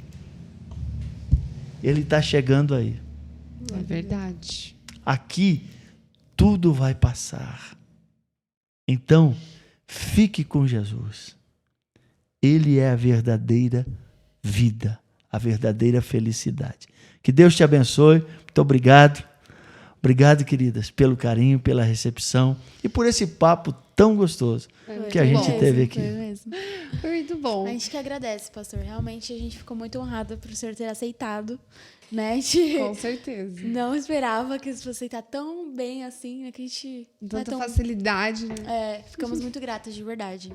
A nós que estamos começando, né? Sim, exatamente. A gente agradece a confiança. Estão começando, mas parece que já são veteranas na área, né? Recebemos.